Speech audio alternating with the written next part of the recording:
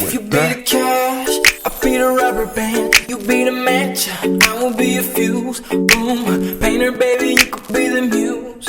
I'm the reporter baby, you could be the news. Cause you're the cigarette, and I'm the smoker. We raise the bet, cause you're the joker. Tripped off, you are the charm. And I could be the blackboard, you can be the top. And I can be the wall, yeah. When the sky comes falling, even when the sun don't shine, I got faith in you and I. So put your pretty little hand in mine. Even when we're down to the wire, babe. Even when it's do or die, we can do it, baby, simple and plain. Is this a love, is a sure thing.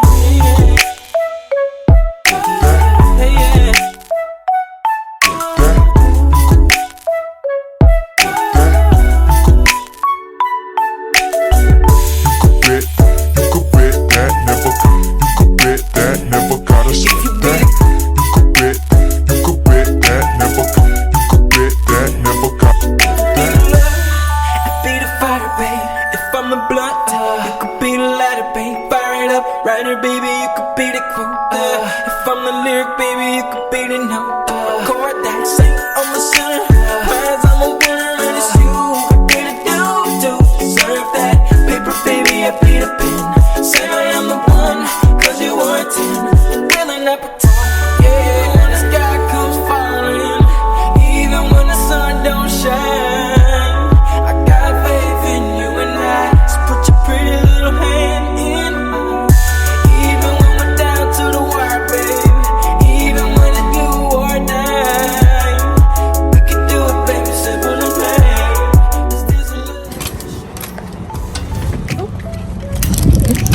Sorry.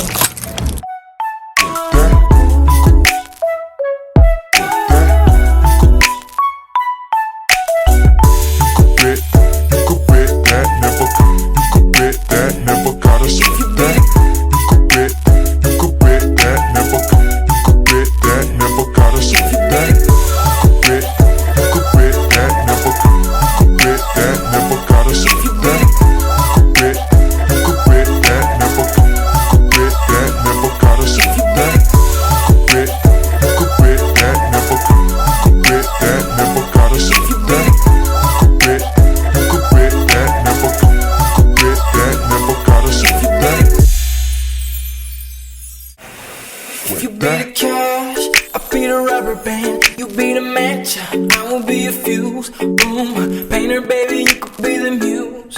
I'm the reporter baby, you could be the news. Cause you're the cigarette, and I'm the smoker. We raise the bet, cause you're the joker. Tripped off, you are the charm. And I could be the blackboard, you can be the top. And I can be the wall, yeah. When the sky comes falling, even when the sun don't shine,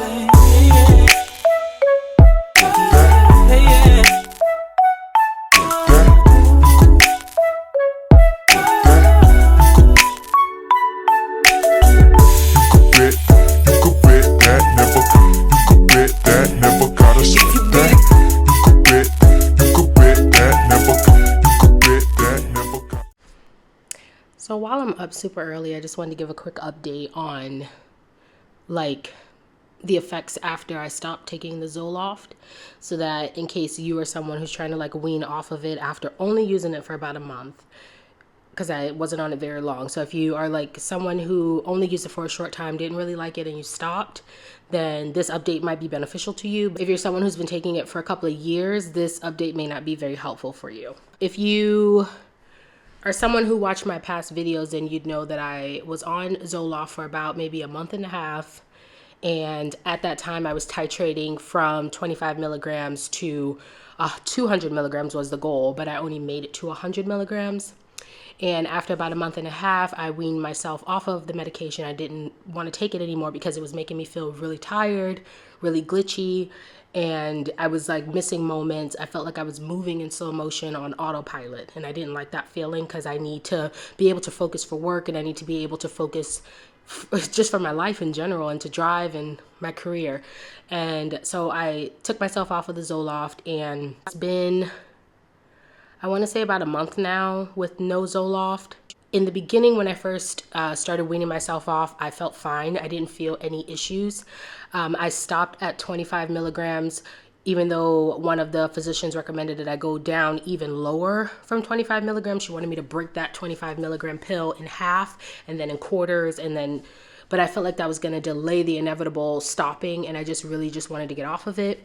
She warned me that there was going to be some brain sensations, like a zapping feeling in my head.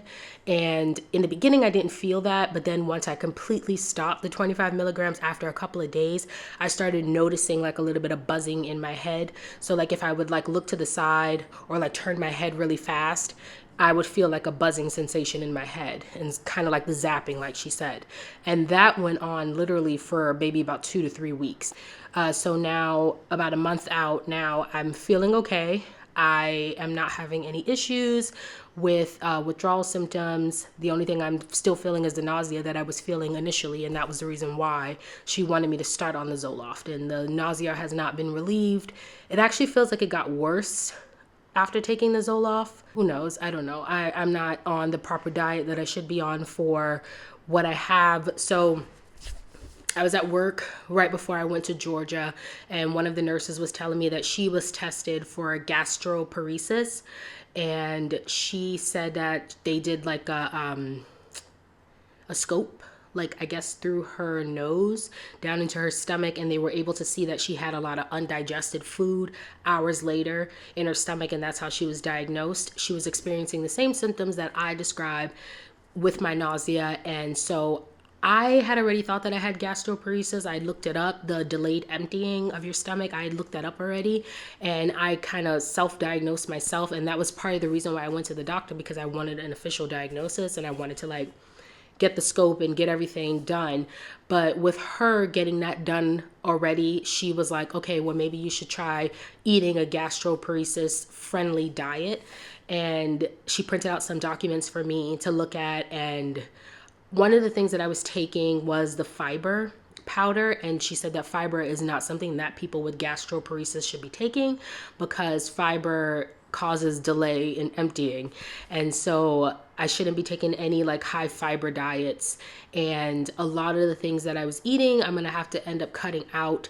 And a lot of the portion sizes that I've been eating, I'm going to have to shrink down. So I am working on that. That is something that is a little bit difficult for me because I haven't been eating small portions. I'm hoping that getting the nausea under control and getting the gastroparesis symptoms under control and just getting the fitness journey started that I plan to start with my yoga and going to the gym more regularly, lifting weights, things like that. I'm hoping that those things in combinations will also help my anxiety and help my depression. And I don't need to take medication moving forward. Yep. I just wanted to give you guys an update.